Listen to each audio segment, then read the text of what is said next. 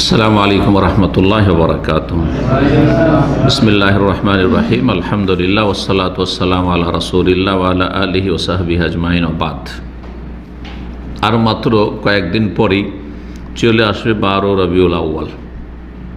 এই 12 রবিউল আউয়ালে বিশেষ করে ভারত উপমহাদেশের লোকেরা আর অন্য এমন এলাকার মুসলিমরা যারা তৌহিদ সুন্নত বুঝে না, শিরক বিদাত বুঝে না, তারা একটি বড় বিদাত করে থাকে। সেই বিদাতের নাম হচ্ছে মিলাদুন্নবীর বিদাত, আর সেটাকে আরও চমৎকার করে বলা হয় ঈদে মিলাদুন্নবী, মিলাদুন্নবীর ঈদ। তাদের কাছে যেন ঈদ বছরে 3টি হয়ে গেছে।